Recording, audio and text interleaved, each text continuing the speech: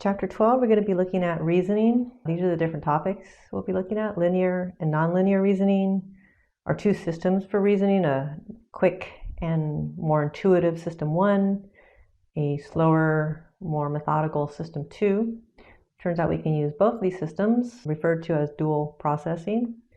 And we'll also look at examples of abstract and concrete reasoning using the four-card problem.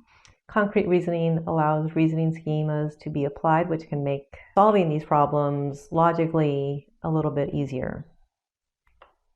So let's take first a look at linear reasoning.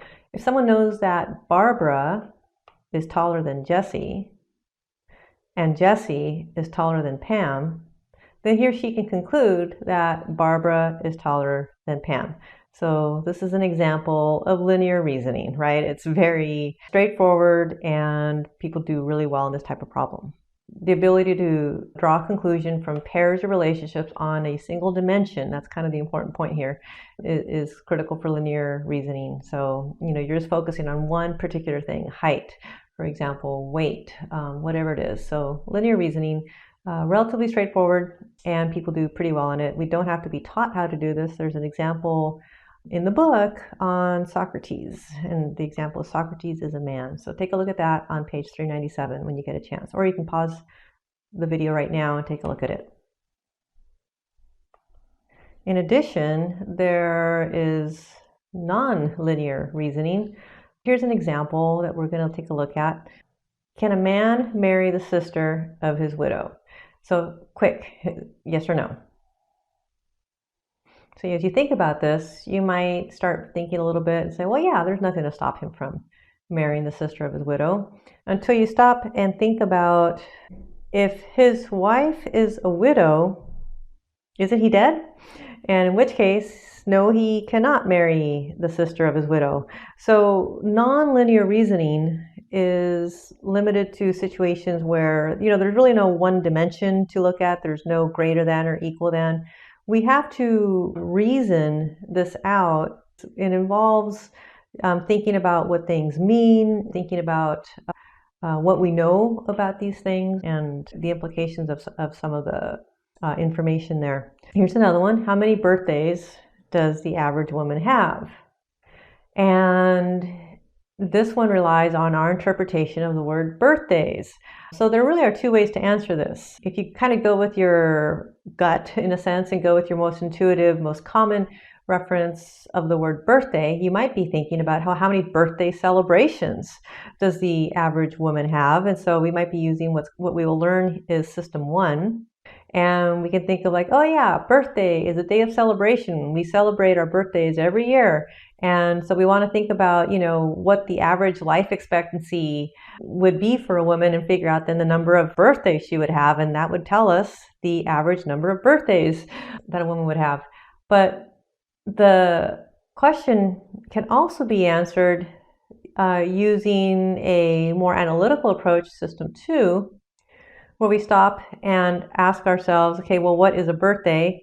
It's literally the day of birth, and we have only one of those. And so that would stop the reasoning very quickly. We would realize that a woman would have only one birthday, only one day of birth. So we can reason using these two different systems, one that goes off of our intuition, our familiarity, what worked last time, and another system that requires us to be able to think a little bit more critically and to use more knowledge in our problem solving. We're going to be looking at this interplay between these two systems of reasoning. And when we use both these systems, we're certainly capable of using both. We call that dual processing. It involves system 1. And system 1 is a set of unconscious processes. They are automatic. They tend to be very fast because they are automatic. And because they are automatic, they also don't rely on working memory or anything.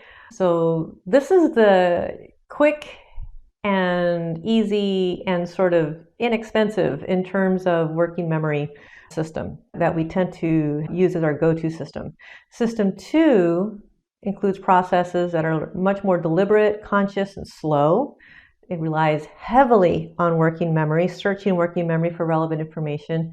So this one takes effort. And because of that, we can interfere with System 2 by having a person, say, multitask, try to do multiple things at once. That will lead them to occupy working memory and interfere with System 2. So where System 1 is automatic and sort of free of any kind of working memory resources and effort, System 2 definitely takes effort, definitely uses up your working memory, and that can therefore be interfered with. So quick, which requires the involvement of the central executive? So remember, the central executive is sort of the leader, the chief executive, the boss of our working memory system. And so if you were thinking, oh yeah, System 2 is going to definitely involve the central executive, you definitely got that right. To study how people can use these two systems, researchers have used what's called a dual task methodology, where you're trying to do two things at the same time. One of the tasks that people will be asked to complete involves spatial working memory. And so I'm going to have you look on the right side of the screen here. And on this top picture, you can see that a participant might be shown a pattern of dots. So here's the pattern. And then the pattern is removed, and just using their memory, they can recreate that same pattern of dots using a marker on this grid paper. And so you just have to hold in memory, the location of these dots and then try and recreate them. That's the spatial working memory task. At the same time, they'll be given this reasoning task here. And so the reasoning task has a major premise, which is all fruits can be eaten. It also has a minor premise, bananas can be eaten, and then the conclusion, bananas are fruit. The participant is asked if the conclusion follows logically from the premises, or if the conclusion does not follow logically from the premises. So notice that while the conclusion that bananas are fruit is true, this is a true statement, it does not follow from these premises. There's nothing about what's stated here about fruits can be eaten and bananas can be eaten that specifically states that bananas are a fruit, or implies that bananas are a fruit.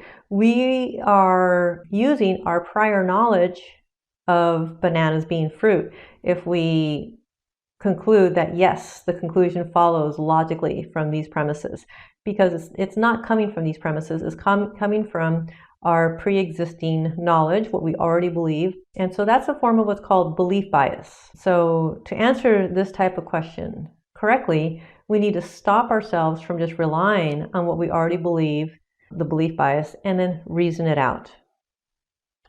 Here we can see that when people are given a more challenging high load spatial working memory task with more dots, their performance suffers. They make more mistakes on the belief bias task than if they're not doing any problem, or if they're doing an easier problem, shown here with only 3 dots.